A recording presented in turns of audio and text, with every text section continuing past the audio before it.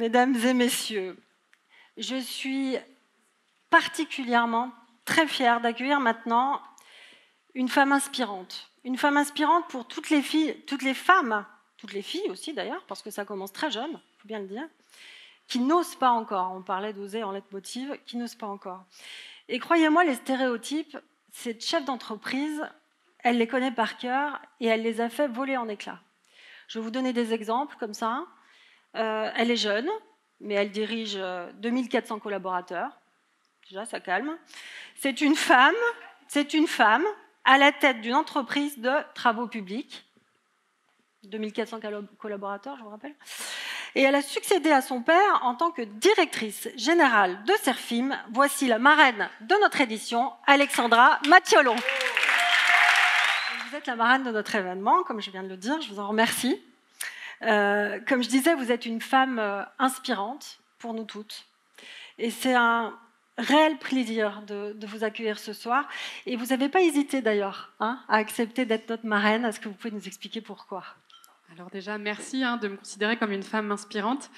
Je pense que pour être une femme inspirante, il faut surtout être inspirée déjà. Et pour moi, c'est vraiment toutes ces rencontres qui me nourrissent, et notamment les collaborateurs de Serfim qui me nourrissent et qui m'inspirent. Et alors, j'ai pas hésité, effectivement, pour plein de raisons. En fait, je me rends compte que l'équilibre, l'égalité femmes-hommes, c'est quand même un équilibre très fragile, justement, notamment de ce qu'on voit dans le monde en 2022, et même à l'échelle de la France, on voit notamment plein de sujets, mais notamment l'écart salarial qui est encore là. Donc, il faut encore se mobiliser sur ce sujet, même si ça paraît pas forcément aussi difficile aujourd'hui. Et puis, nos métiers, on en a parlé juste avant, avec la dernière lauréate, sont les métiers des travaux publics et même de l'environnement au sein de Serfim sont encore bien trop peu féminisés, et je crois vraiment à la richesse de la mixité. Et puis après, j'ai vu aussi les marraines, les lauréates et les partenaires, et je me suis dit, il va falloir accompagner ce bel événement. Et on vous en remercie. Alors, c'est pas un secret, vous avez 32 ans, on peut le dire. Bon, de toute façon, c'est trop tard. Non, c'est facile à trouver comme information. Donc, vous êtes directrice générale de Serfim. Est-ce que vous pouvez nous raconter votre parcours ? Avec plaisir. En fait, j'ai toujours aimé trouver des solutions, aller chercher en fait, des solutions, des choses pour faire la différence. Et je me suis tournée assez vite vers un parcours d'ingénieur des mines de Saint-Étienne, précisément. Je peux le dire à Lyon encore, je pense que c'est autorisé. D'autant que je suis stéphanoise, alors allez-y. On est entre nous. Donc j'ai fait les mines de Saint-Étienne, et en fait, j'ai fait un double diplôme à l'Imperial College dans les énergies renouvelables et l'environnement. En fait, ça a vraiment forgé aussi mon engagement climatique pour face à l'urgence et l'ampleur du défi, voir tout ce qu'on pourrait apporter. Et j'ai vu qu'il y avait des solutions qui existent, mais il y en avait encore beaucoup à découvrir, à mettre en place. Et je me suis dit que c'était vraiment une industrie passionnante. C'est pour cela que j'ai choisi ce secteur-là. Puis ensuite, j'ai travaillé dans une entreprise qui s'appelle McKinsey. Donc, on est là encore pas trop bonne presse récemment. Mais en tout cas, ça m'a permis de faire du conseil en stratégie auprès de dirigeants pour impacter leurs décisions, notamment au niveau de l'écologie.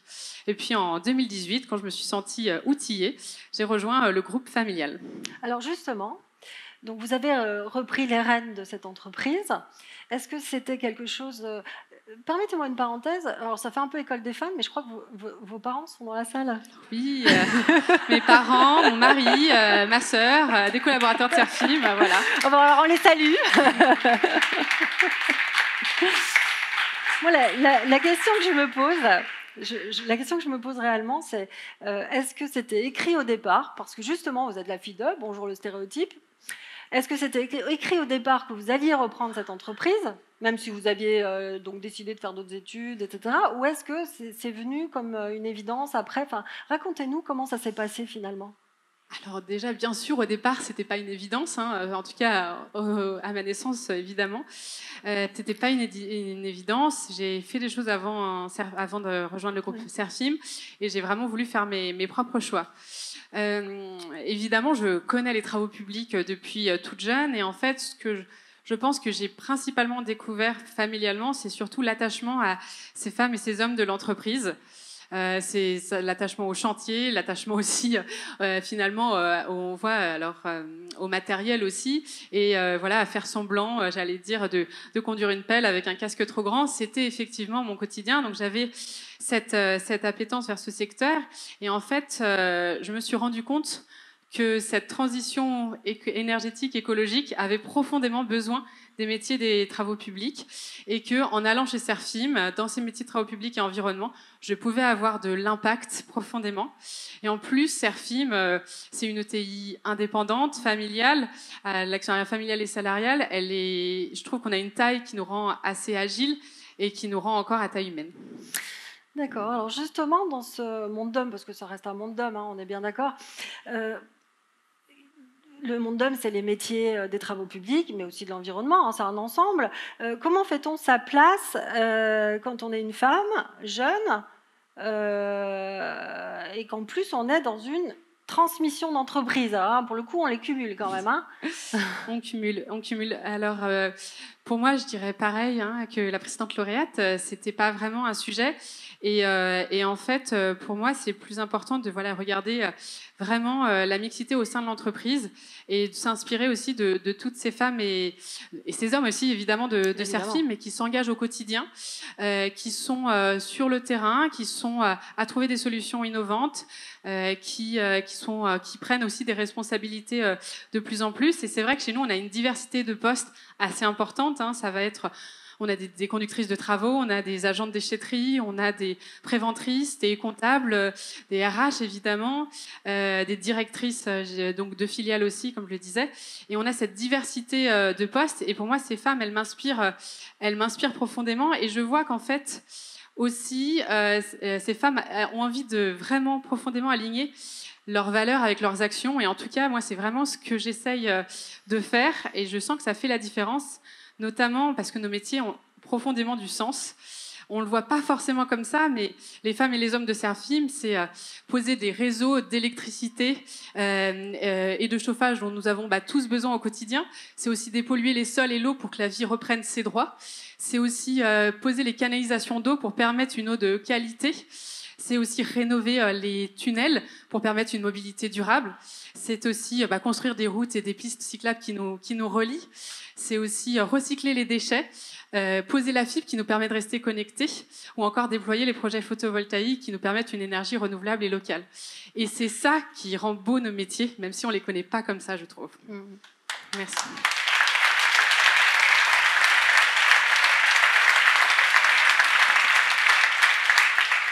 Alexandra, c'est la définition même d'une femme inspirante, hein, vraiment.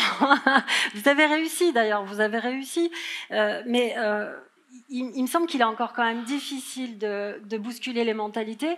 Et est-ce qu'aujourd'hui, c'est compliqué quand même de recruter des femmes? Parce que dès le départ, est-ce qu'elles ont le souhait justement? Est-ce qu'elles peuvent aller d'elles-mêmes dans ce domaine? Qu'est-ce que vous faites pour cela, vous?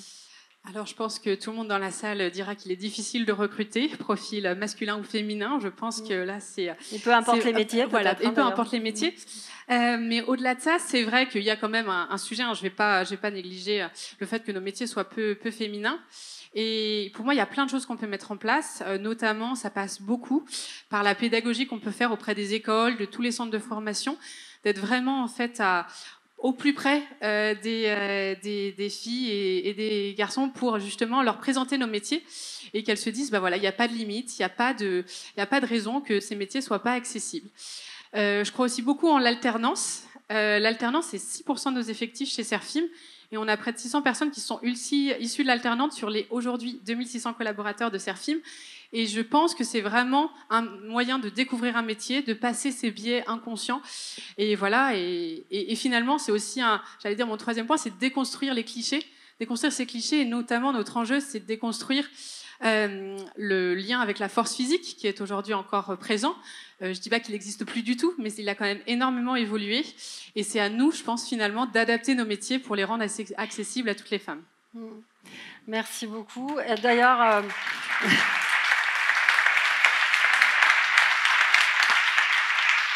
Vous le disiez, c'est un message important, ça se passe dès l'enfance en tout cas. Donc ça, c'est important. Vous avez réussi quand même à augmenter le pourcentage de femmes de plus 59% chez Serfim en 4 ans depuis 2017. Et ça, je pense que ça aussi, ça s'applaudit. Maintenant, ok, il y a eu l'augmentation. Mais comment fait-on pour que ces femmes se sentent bien dans cette entreprise? Comment fait-on? Dans les travaux publics, j'entends. Oui, hein, bien sûr. Donc cette statistique est effectivement va dans le bon sens. Après, aujourd'hui, au sein de Serfim, je vais être très honnête, c'est 14% de femmes dans nos effectifs. Donc évidemment, c'est bien trop peu.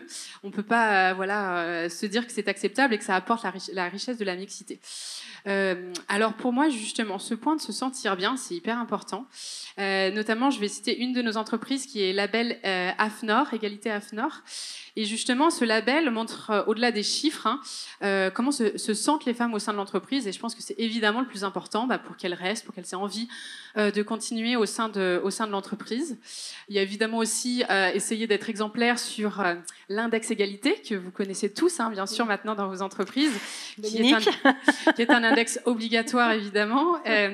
Donc aujourd'hui, on a une moyenne de 88,5% au sein de Serfim, par rapport à une moyenne de 80.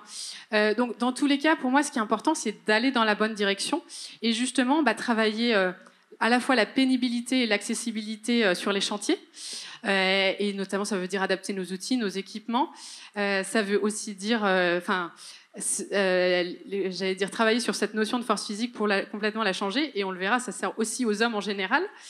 C'est aussi travailler... Je vous coupe, mais vous donniez l'exemple des kilos de farine, qui ont été adaptés, effectivement, oui. Qui sont réduits, forcément, et ça fait plaisir à tout le monde, même aux hommes. Oui, exactement. Donc c'est vraiment ça l'idée, c'est qu'en fait, les évolutions qu'on peut faire pour les femmes vont aussi servir aux hommes et même à la diversité au sens large.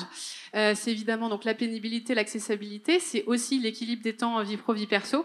Donc on essaye d'agir aussi sur ça via une conciergerie au sein de notre site de Vénissieux, un accord avec un réseau de places en crèche, parce que je suis maman de 2 enfants par ailleurs, et c'est extrêmement difficile de trouver une garde quand même pour ces enfants.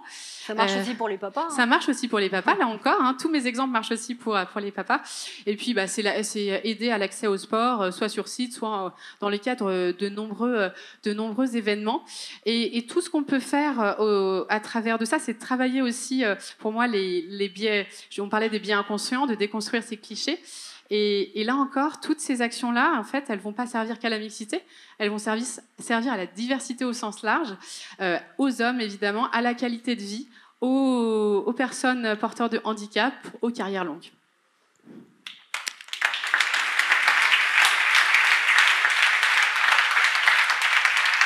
Vous êtes une femme passionnée, Alexandra, et passionnante, je dois dire. Vous êtes fortement engagée, nous l'avons vu, sur la place des femmes donc dans la société, dans votre entreprise, mais dans la société en général. Mais ce n'est pas votre seul engagement, vous en avez parlé un petit peu au début, mais je vous y emmène. L'environnement, bien sûr. Évidemment, oui.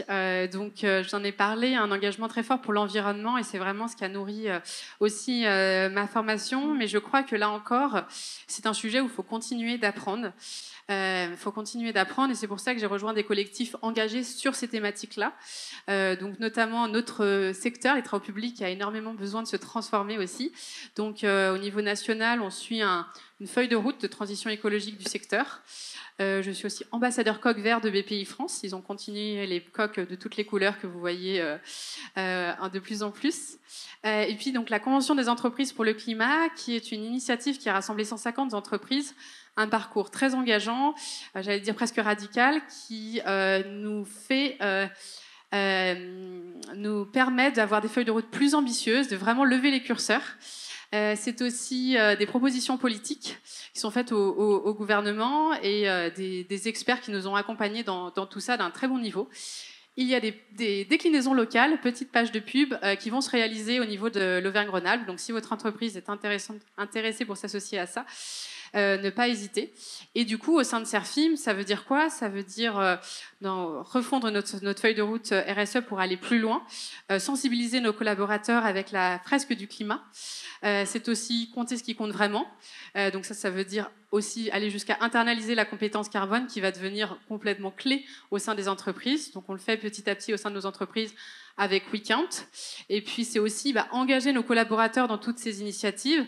Et nous avons un fonds de dotation qui s'appelle Serfi Mécénat. Et c'est nos collaborateurs qui viennent nous proposer des initiatives pour les soutenir et car ils sont impliqués eux personnellement.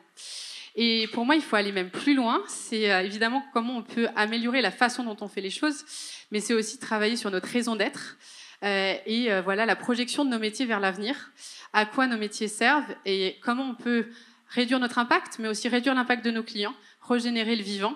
Et c'est vrai que pour ça, j'avoue que j'ai des métiers incroyables, comme je le disais. Je vous donne 2 exemples hyper rapidement. Paris Plâtre, on peut recycler le plâtre à l'infini. Terre en Vie, on dépollue les terres en circuit court pour éviter d'utiliser des matières primaires. Donc voilà, tous ces exemples concrets qui peuvent faire la différence et qui alignent valeurs et actions. Et je crois profondément que les entreprises ont le pouvoir d'agir, on peut donner à leurs collaborateurs le pouvoir d'agir aussi. Et je vais citer une femme inspirante pour terminer, Valérie Masson-Delmotte, coprésidente du premier rapport du GIEC, qui lors de la toute première session de la Convention des entreprises pour le climat, nous a évidemment exposé le rapport, mais qui nous a dit à un moment donné, si nous agissons vite, suffisamment, un enfant qui naît aujourd'hui peut vivre dans un climat stable à l'âge adulte. Ça donne de l'espoir. Ça donne de l'espoir. Merci beaucoup, Alexandra. Merci infiniment. On va faire appel à notre photographe. Allez, je me mets à côté de vous.